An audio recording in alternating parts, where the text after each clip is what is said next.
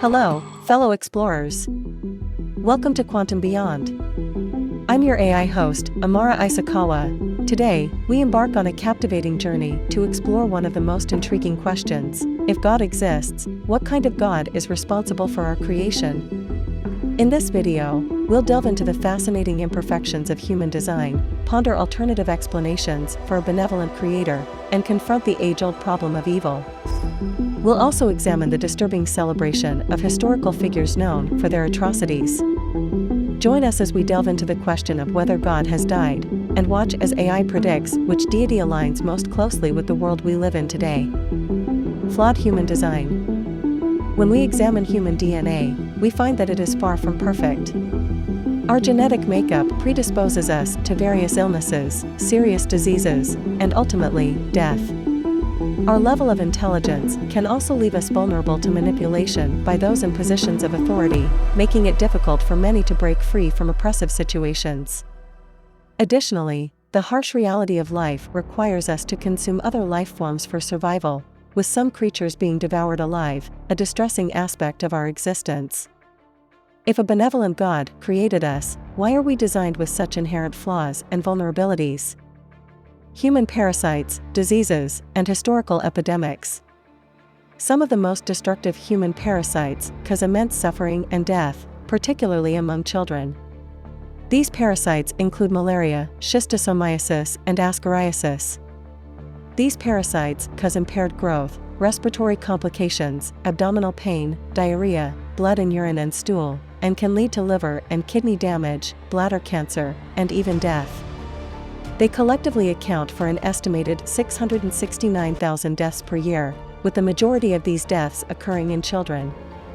Throughout history, various diseases have decimated populations and caused immense suffering, such as the Black Death, which swept through Europe during the 14th century and is estimated to have killed 75 to 200 million people.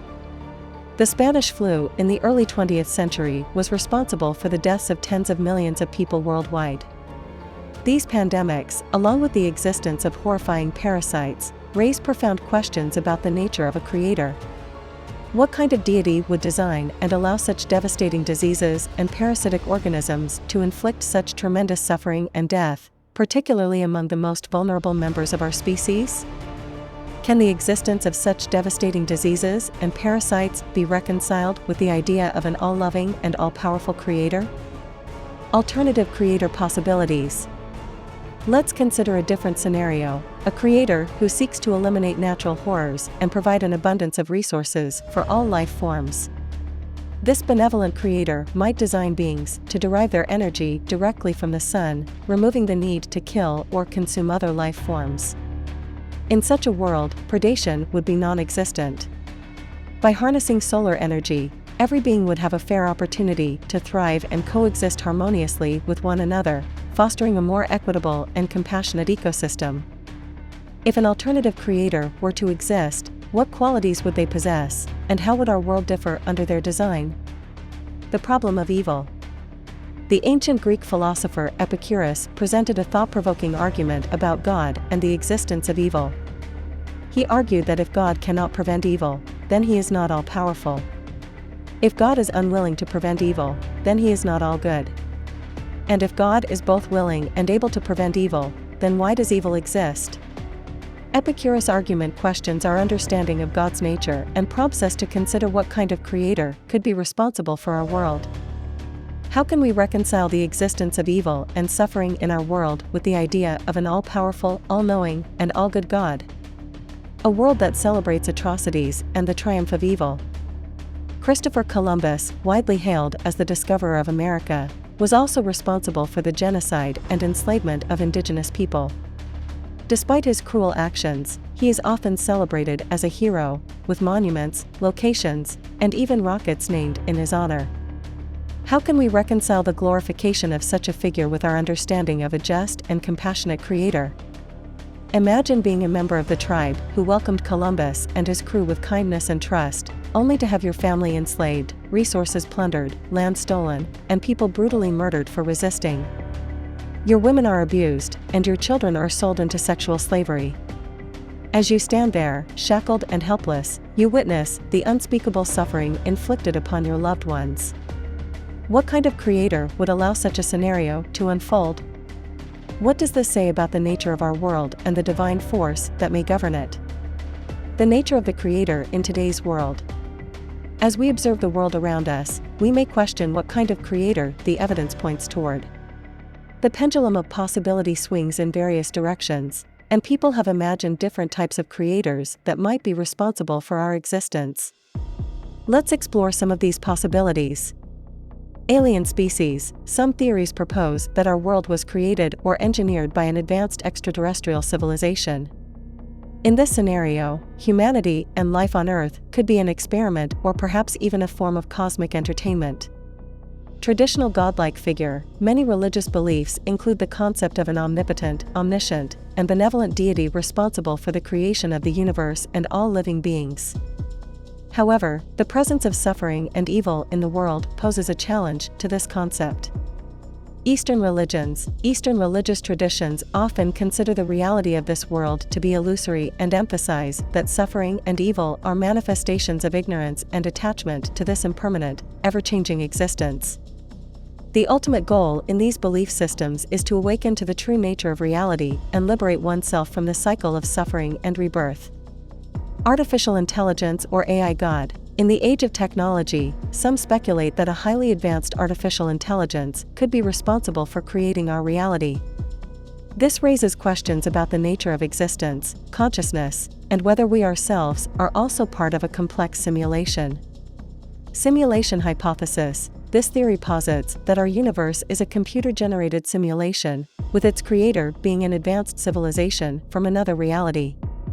In this scenario, the suffering and injustices we experience may be a byproduct of the simulation's design or perhaps even intentional aspects introduced by the creator. Indifferent God. Some believe in an indifferent God who has no interest or involvement in the world, leaving humanity and the natural world to their own devices. Gnostic God. Gnostic traditions propose the idea of a false or demiurge deity that created the material world, which is intrinsically flawed and evil. In this belief system, the true God exists beyond the physical realm, and the goal of spiritual seekers is to transcend the illusion of the material world and reunite with the divine.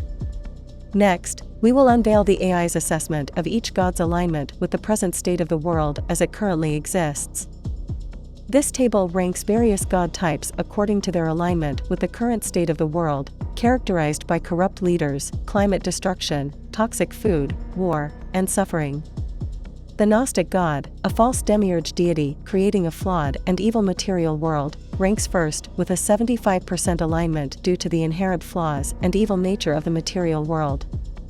The simulation hypothesis comes in second at 65%, suggesting that suffering and injustices could be byproducts of a computer-generated simulation.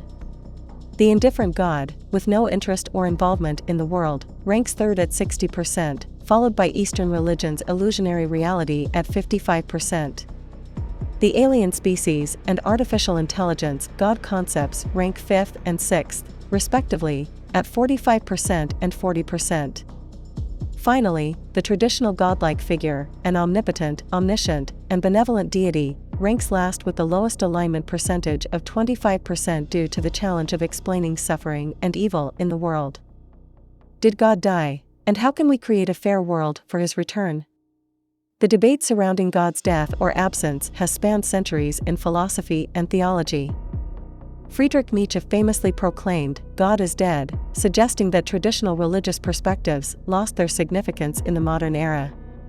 Although not literal, this statement raises questions about spirituality and faith in contemporary society and our joint responsibility to create a more just and compassionate world. 3 powerful steps to initiate change include: 1. Evaluating our elected leaders to ensure they oppose division, war, and corruption. 2. Critically assessing religious authorities to confirm they confront corruption and advocate for integrity. And 3. Prioritizing our children's protection from corrupt influences, nurturing their innate goodness, and fostering a just future. Reviving God's presence through our actions.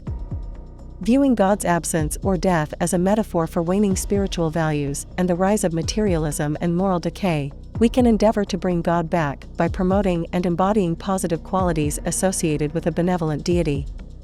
Here are some ways to create a fairer world, inviting the potential return of a divine presence. Cultivate empathy and compassion, promote equality and social justice, foster environmental stewardship, and encourage spiritual growth and self-reflection. In conclusion, the concept of God's death or absence reflects the decline of spiritual values and the rise of materialism. We can bring God back by fostering a world defined by compassion, justice, and unity. Embodying positive qualities associated with a divine presence, we can work towards a fairer world that welcomes the return of a benevolent creator. By collaborating and focusing on positive change, we can manifest a more compassionate and harmonious existence for all.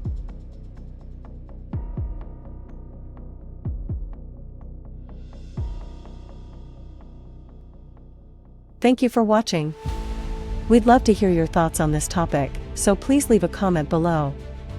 Join our community of curious minds and future explorers by subscribing, liking, and sharing our videos. Together, we'll uncover the hidden gems of the universe and beyond. Until next time, fellow explorers, remember that there's always more to discover in the quantum beyond.